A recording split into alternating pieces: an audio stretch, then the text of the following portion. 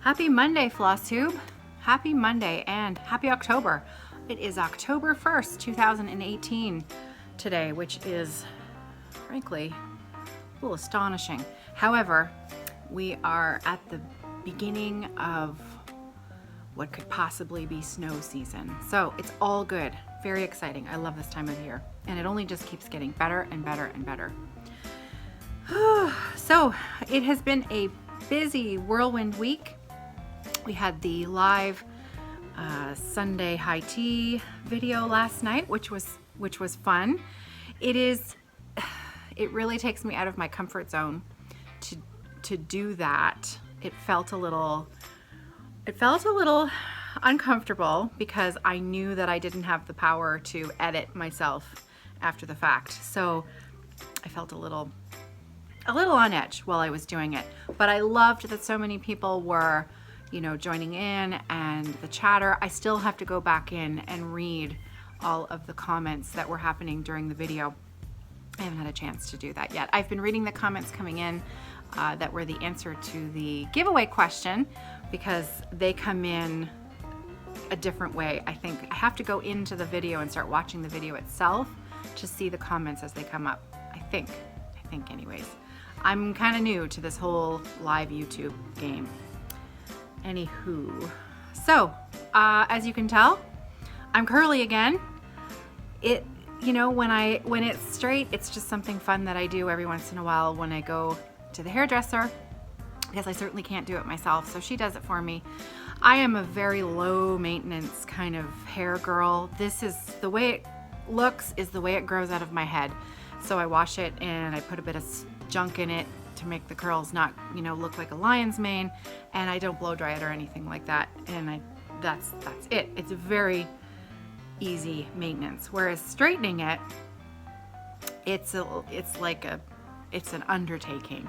So it's a bit of a treat that, a few times a year I get to enjoy, just something different. So, but it does lead me to share with you something very funny that Millie Rose sent me a message on Facebook.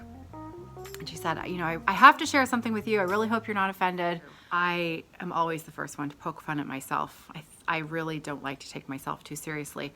So I was really glad that she'd sent me this little treat from her son.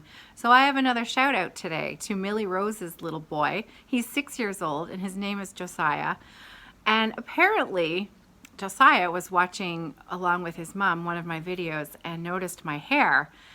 And he asked his mom whether or not it was a wig, because I guess that he'd never seen hair quite this curly before. So Josiah, if you're watching, it's not a wig. It is really my very own hair. I grew it my very self. So thank you for making me laugh, because that was pretty funny. I love the stuff that kids say. I've been teaching little kids for a really long time, and invariably once or twice a month, a small child will say something that you almost do a double take because you can't quite believe what they've said, but it's so funny. It's the highlight of my teaching job. So anyways, thank you, Josiah. You made me laugh. I thought that was pretty funny. Okay, so yeah, I'm curly again. Straight hair won't happen again for about another 3-4 months. So that's the story behind the hair. Okay, let's get into some show and tell. I put a little clip at the beginning of my video of where I'm at with my modern folk embroidery piece. I am loving it. It's so hard to not sit down and work on that and just let time slip by and completely forget about all my other responsibilities. What I want to do is I want to pack it in a bag and I want to take it on vacation. Just me and my modern folk embroidery, and I don't want to do anything else. I just want to hole up somewhere for a week with a coffee pot and, a takeout menu and a telephone, and not do anything else for an entire week. That's how much I've been enjoying it. So if you have not been enabled yet to start this piece, and that kind of style is your thing that you like, that you look at it and you think, wow, that's really pretty, but it's kind of big and I don't know that I could handle it, you won't regret it. I'll just tell you that. So you can find it on www.modernfolkembroidery.com. I'm going to put a link to it in the drop down box below because I think everybody should enjoy Jakob's designs. I think he's a clever guy. Speaking of clever guys, I happen to know another clever guy, Ginger Gerald. I'm enjoying all of these male stitchers and male designers. I think that, you know, Riker, I hope you're still stitching and maybe one day you'll be a designer too. So Ginger Gerald, as you know, designed the pattern for the summer kit that I put out this year. And again, this is one of those pieces that I don't want it to end because of how much memory it has for me, and I love the colors, I love the fabric that I'm using, I love everything about it. So here's where I'm at. I have my heron almost finished. He's a peg leg at the moment. He's only got one leg, so I still need to stitch his other leg, but I'm really loving the variegation that's showing up in my floss. It was the Caroline Calm colorway from Victorian Motto Threads that I used, and my linen is a 32 count. What is it? I know it's dirty linen. Is it? I think it's just a Zweigart, isn't it? 32 count. And now I can't remember and I've lost the tag. So I mentioned it last week and the week before, and I think I mentioned it in my Stitch With Me video when I started the stitch along. So I'm taking my time with this one because I love it. So I took it out of the Q-snap and I ironed the fabric, and I, you know, enjoyed looking at my bird and remembering my time at the cottage, and I'm loving it. So speaking of this stitch along, the second part to Stories of the North from Ginger Gerald Designs, he is releasing part 2 tomorrow. And so that is not part of the stitch along. It was only the first one that was part of our, you know, we had a hashtag Stories of the North part 1. I'm terrible. I'm pretty sure that's right. Stories of the North part 1. I plan on stitching all 5, but only part 1 was part of the kit and part of the stitch along. If you would like to join in the fun of stitching all 5 of these together with me, Gerald is releasing part 2 tomorrow. So I have a little advance sneak peek. Not a sneak peek, I don't have a sneak peek of the pattern for you, but an advance notice that he is planning on releasing that pattern tomorrow. I've seen it and I can't wait to start it. But I guess that means I really want to finish part 1 first. So that's first up on my to-do list. I am going to be, the reason I did not take this one with me to Chicago this past weekend, I have a good reason for that, because it is Canadian Thanksgiving next weekend. We celebrate in October, unlike America, USA, that celebrate at the end of November. We celebrate the first weekend in October. First weekend? Second weekend? Is it the second weekend? I guess, well, technically it's the first weekend in October. And we always celebrate at the cottage. So I'm not sure that my entire family will be joining me this weekend. We may have a couple people staying back behind at home.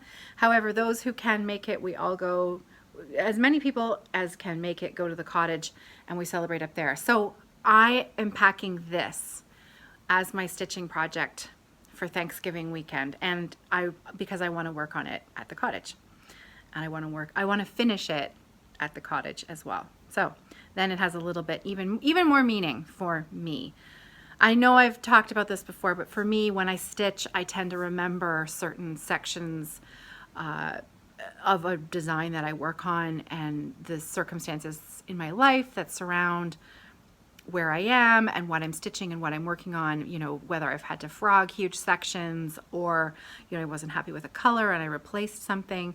Those kinds of things are meaningful to me, and I tend to remember those memories when I look at the finished piece later on. So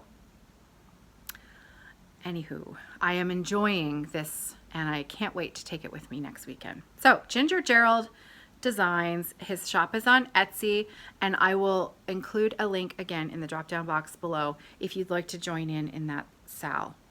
So it's an ongoing sale. There's no end date. We're just having fun with it. Okay, so I've shown you my heron, and I showed you the modern folk embroidery, but I didn't fill in the details on my fabric and my threads and stuff for the modern folk embroidery. So I'm just gonna backtrack a bit. I get a lot of questions on that piece when I'm working on it, either in Friday Off the Grid or if I post pictures on Instagram. People want to know what fabric and thread I'm using. There is a reason why this channel, why these videos are called From the Stash Pile, and that is because I have a lot of old stash. I have a lot of stash that I bought years ago through my friends Kathy and Neil at their shop, which was my local needlework shop at the time, Thread and I.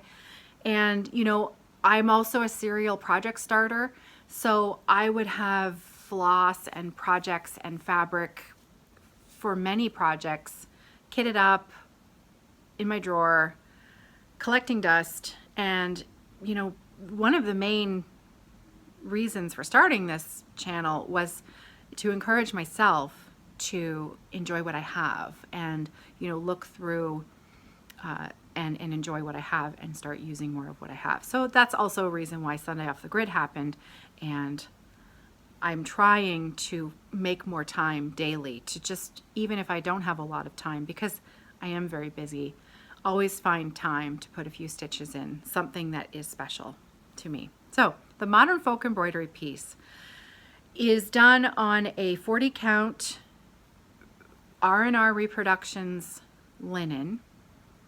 The colorway is Patriot's Brew, and the thread, and here's where it's tricky because everybody wants to know, what thread are you using? Where do I find it? It's perfect, it's gorgeous. That thread is no longer available. It's discontinued. It was a silk put out by Vicki Clayton, Hand Dyed Fibers, and I have talked about Vicki Clayton many times before on this channel because I think that she was very, very talented at what she did. Her silks were beautiful. They were reasonably affordable, and the colors and the hand feel to them was really superior. You know, and at the time, it was really the first silk that I ever used many, many years ago, and it was a real treat to have such a luxury good that was actually affordable at the time. So, you know, I use many other silks now. I love Dinky dyes. I love, the other one. Silks for You, the Hanks from Australia that are also extremely reasonably priced. So if you really like the color that I'm using, maybe go on to Silks for You website and see if they have something comparable in a colorway that you love, and guaranteed that if it's a color that, you know, really sings to you, you're going to enjoy stitching with it. You're just going to love it. So, you know, don't be afraid to choose something that you love and make it work for you. But I do apologize that some of the things that I'm using in these videos and talking about are not easily and readily available to purchase, which leads me directly into the next whip that I need to share with you today. This is the Mixed Berry Cheesecake. This was a limited edition kit put out by Dinky Dyes and Glendon Place, and it was from 2013. I have had it in my stash since 2013. It was gifted to me by my friend Adrian, and this, as it was a limited edition, you can't find these anymore. But I still want to stitch it, and so I feel like I have to apologize when I'm stitching it and people say, oh, I love that, where can I find it? And I say, well, actually, I don't really know. You can check eBay. You can, maybe a friend, a fellow stitcher on our Facebook group maybe has one that they want to sell, or, you know, when I'm done with this, I'd be willing to part with the pattern, but again, the insides came with this special thread that worked with the color sequencing, so you'd have to sort of you know, be a bit creative with the insides there. Anyways, so I guess that's my way of saying I'm sorry, but I'm not sorry, because it's good for me that I'm finally stitching these things that are in my stash and have been there for a really long time. Okay, so I've shown this one before, but here's where I'm at now.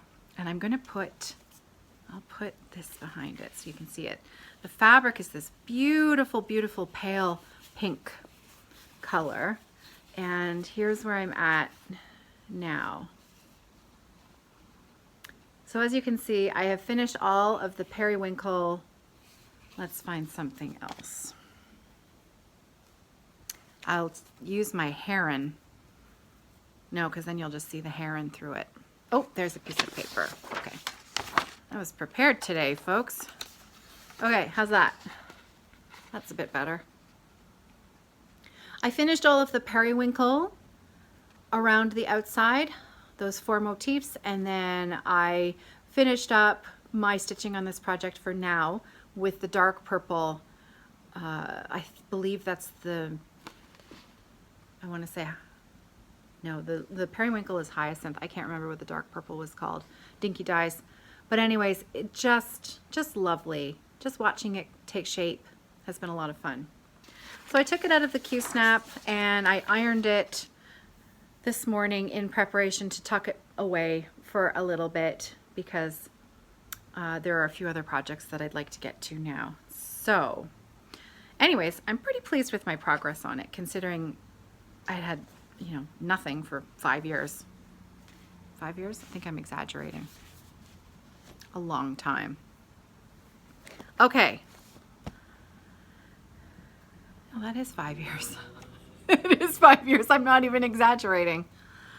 Holy Hannah Banana, 5 years. Okay. So those are my whips that I've been working on. Last night was high tea.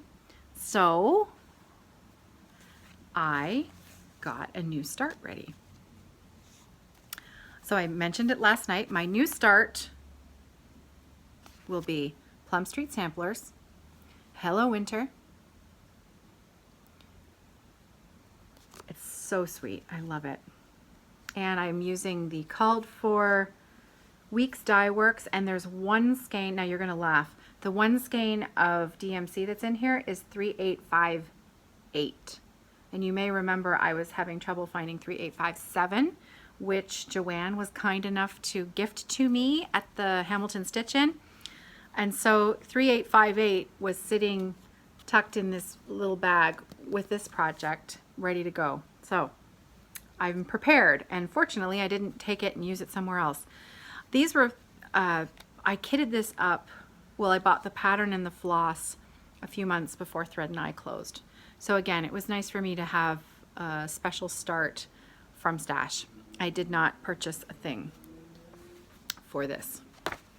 Well, I purchased a thing, but not necessarily just for this project. Okay, are you ready to see how far I got? I didn't put a single stitch in. And I didn't even iron my fabric. But I cut my fabric to size and I serged all of my edges. That was all. By the time I was, you know, unpacked and ready to settle in last night to do a bit of stitching, I was exhausted. So I didn't put a single stitch in my high tea start, but I'm ready to go. At least I'm prepared. And sometimes that's the part that you want to get through quickly because you can't wait to put the first stitch in. So I'm actually now all ready to go. And the Q-snap that I took off from the Dinky Dyes Glendon Place Mixed Berry Cheesecake, I'm going to use the same Q-snap for this. So tonight my plan is to iron the fabric, put it in the Q-snap, and then put the first few stitches in. Okay, so I told you that I had made a bit of a purchase, sort of, for this piece, but I've left it upstairs. So one moment, I will be right back, and then I can share it with you. Okay, so I treated myself to a Bitzy Bob. a Bitzy Bob from That's So Kelly Co. And the reason I just couldn't resist was because I love this fabric and I think it's a really clever idea, and I wanted to support another fellow Etsy maker and treat myself to a little Christmas project tote for my very own that I didn't make for myself. So a Bitzy Bob, if you haven't seen these before, Kelly makes these. This is Kelly from Kelly and Joan show, the Flosstube show, and I'll just show you the inside because it's really quite neat.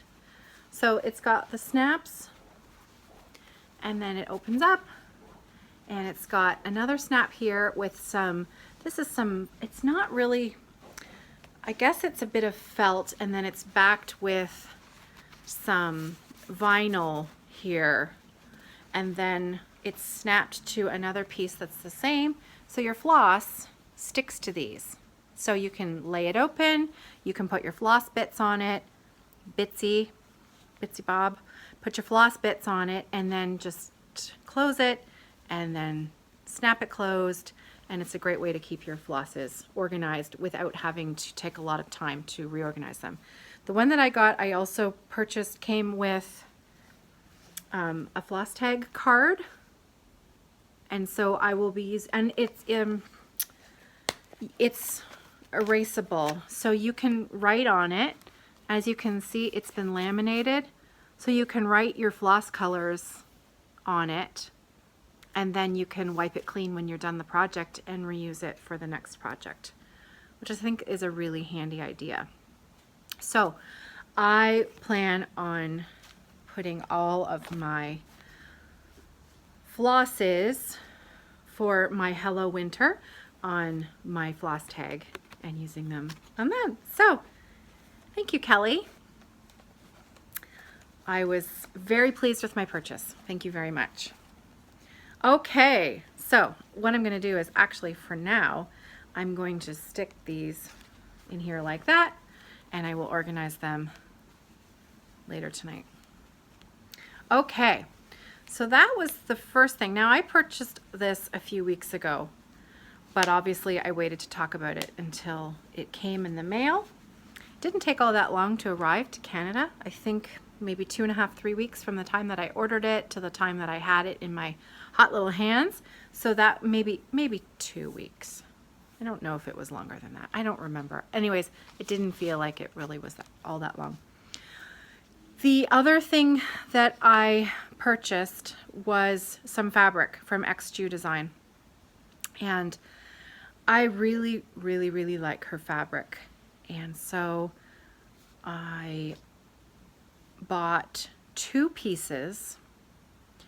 One of them is a 40 count Zweigart Newcastle linen and the Little Bunny colorway. So this is the first piece, and it is, what was the size of it again? 19 by 27 inches. That's a fat quarter, isn't it? Pretty sure. I don't measure my fabric like that. So Little Bunny, that's the colorway, and her little tag handwritten there. Jukas does a great job. Really, really beautiful, and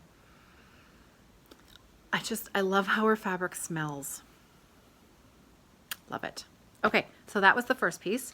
The second piece, you ready for this? This is quite something. This is a 46 count Zweigart Bergen linen. I think the 46 count is called the Bergen and the 40 count is called the Newcastle. That's the distinction there.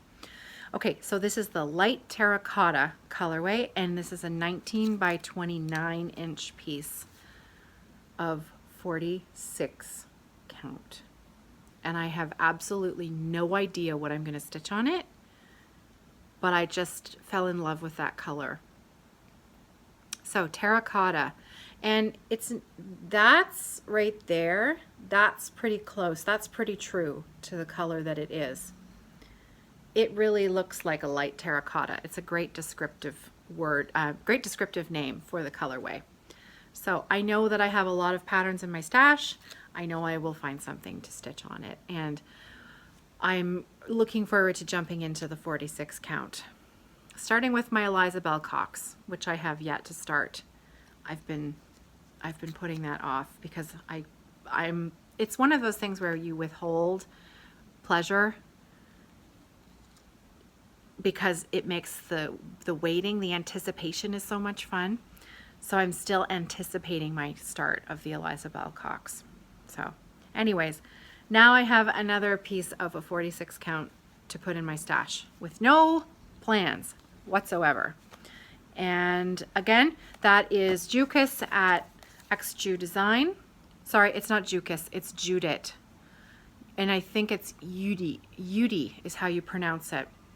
My apologies, Yudi, for completely butchering your name. But this is XJudesigns on Etsy. Her card, I'm not sure how well this will come out on camera, but what I will do is I will link in the drop down box below to her business. Lovely shop. And she included, she's a clever girl. She is a clever girl. She included a little sample of a 36 count Edinburgh linen in the morning coffee way. This is a gift that she included and is a small little piece of 36 count. And would you look at that color? She's very good, because I think that now this little piece of fabric is going to have to, you know, be like a color swatch the next time that I need to order fabric. She does custom orders. So there's this one, and then there was another one, cinnamon, and I want to say it's cinnamon and pralines, that Lisa, the Modern Stitcher, is stitching her Autumn Quakers on, and it's stunning. So I think I need a piece of that too. However, my budget is not going to allow me to spend any more money for the next little while on fabric or anything else cross-stitch related for that matter. So I'm going to have to stick with what I have and use my stash, which is also good.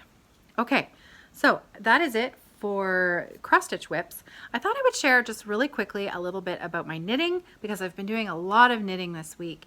And the Fiber Friends, we are not recording a podcast this Friday, even though it's been 2 weeks. Because of Thanksgiving falling on this weekend, we are going to be recording next Friday. So I'm just going to share a little peek of what I've been working on with my knitting, because I'm kind of proud of it as well. I have been working on a cowl knit along with Dawn and Lisa from the Codependent Knitters here in Sarnia. Sarnia is very close to London, and Dawn wrote a pattern for a cowl called the Agent 99 cowl, and the Fiber Friends is hosting a knit along for this cowl pattern. And so mine is at least halfway done. So here's where I'm at. I'm using Madeline Tosh yarn in a beautifully soft merino wool. The colorway is called Winter Wheat. Now, Gerald saw me knitting this on Instagram or Facebook, I can't remember, or no, I was knitting it while we were just chatting one day, and he said, "That's yellow," and he said, "What are you doing with yellow?" He said, "Are you feeling okay?" And you know, I really, to me, this is a very soft yellow, which I love. But this color does not love me. If you can see, it actually makes me look quite pale. I look really pale. I'm always pale, but this color does me no favors. So I have a funny feeling that this will probably be gifted to someone else. I just don't think it's my color. Or I will keep it and I will use it for, you know, just throwing on under my jacket, you know, to run to the store to keep my neck warm. So I already, because I love this pattern, and I think this is something that I will want to wear all the time. So it looks a bit like a bandana as you come. It's knit from the top down, and then the top of it, where all of the increases happen, comes to a point here, and then it is longer than the back. So it kind of has that triangular shape in the front, looking a bit like a bandana. So I already have plans to knit a second one. This colorway is called Tapenade, and it's a lovely yarn that I've had in my stash for a few years now. It was gifted to me a few years ago. It's been in my stash for a while, and I love this color. And this color is a bit warmer. It's a bit more rich against my skin tone, and so I think that this will be a slightly more flattering colorway for myself. So I fully intend, as soon as I cast this one off, I fully intend to cast on again with this yarn and make myself another one. Okay, so that's the first big piece of knitting that I was working on. The second small piece of knitting that I've been working on has to do with our sock tutorials. So if you are still planning on joining in with the socks, it is never too late. Always, please join in. Even if you're just starting way back with dishcloths, join in. There's no hard and fast rules about stopping and starting points. We just really are having a lot of fun with our knitting. So we have started socks, and tomorrow is knitting tutorial day. Tomorrow's going to be a bit of an easy day because we're just going to be talking again about cuffs and the leg of the foot. I know a lot of people are already ahead, well ahead, but you know, we kind of have to keep in mind that perhaps the person leading the tutorial isn't as fast of a knitter as you. Sometimes I'm a slow knitter, but also I'm knitting 2 at a time. So I have both of my cuffs completed. As you can see, they are fraternal and not identical. Yellow and gray, again, yellow and gray, but because this is teaching Ginger Gerald how to knit and yellow and gray are his favorite colors, I had this yarn specially dyed for him. And so, isn't that interesting what's happening with the yarn? How differently it reacts? So as you can see, because I'm knitting 2, I'm knitting one on a small little itty bitty circular needle, and then the other one is being knit on 4 needles, with a 5th one doing the actual knitting. So 5 needles, 4 needles are holding the sock open. So both of my cuffs are completed, and I have now started down the leg of the foot there. Anyways, so that's what I've been up to. Cross stitch and knitting and sewing, living a crafty life. No complaints. It is all so very good. Okay, speaking of sewing, I have a little bit of an Evertote shop update.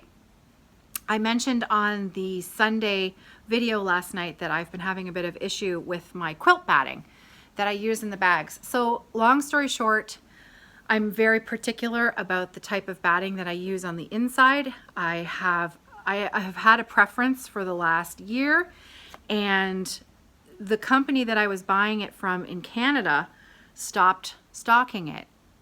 And I had been having, I knew that they didn't always have it in stock. So I would try to order it before I knew I would run out, well before I knew I would run out.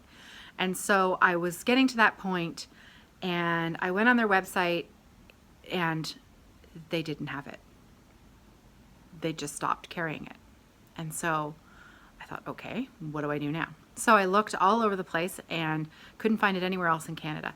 So I called the manufacturer of this quilt batting in the States, and I said, here's the situation. I really would like to purchase your product, but I can't find it in Canada. Can I purchase it from you directly? And they said yes. And 2.5 months later, the magic of Canada Customs and a customs brokerage here in London combined with the company in Buffalo where the product is manufactured, I finally have some quilt batting. Now, when you're going to import something and you know, you might only want to do it a couple of times a year, you're going to want to make it worth your while.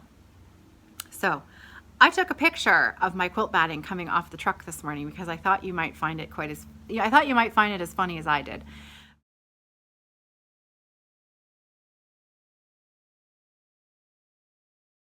I now have a very large amount of quilt batting to make my bags because I don't really make quilts. I make bags. And now I have enough batting to make a lot of bags. I don't think I'll run out anytime soon. So, wonderful. Okay, so just to finish up, I have a few bags up in the shop that are all about plaid.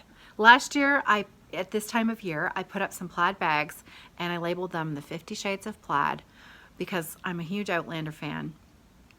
And who doesn't, you know, love a good plaid? So there are some plaid bags back up in the shop that are replicas of bags that I sold last year, and they're beautiful. I love them. The one is a red and black and white plaid.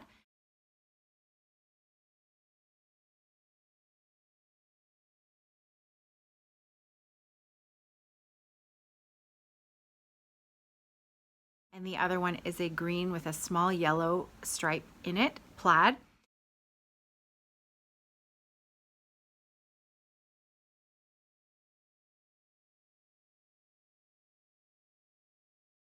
And then, so those are the bags that I have up this week. Next week, I have a few different blue plaids that will be coming into the shop. So I haven't put too many up. I've only put 5 of each. I've got 5 of the medium, which is the red and black, and I've got 5 of the large, which is the green. I've got 10 sets total up for this week. I might be able to get a few more done. I'm not sure. I didn't want to put up too many because I am also at the same time working on the Christmas kit. And so in order for those bags to be finished in a timely manner to be released November 1st, then I have to make sure that I have enough time to finish everything. So those are my 2 plaid bags that are back in the shop this week, and I hope you enjoy. I hope you like them. So that's it for me for today. I will see you tomorrow for knitting tutorial number 2, and I hope you have a great week if I don't see you until Friday. Happy stitching, and until we meet again.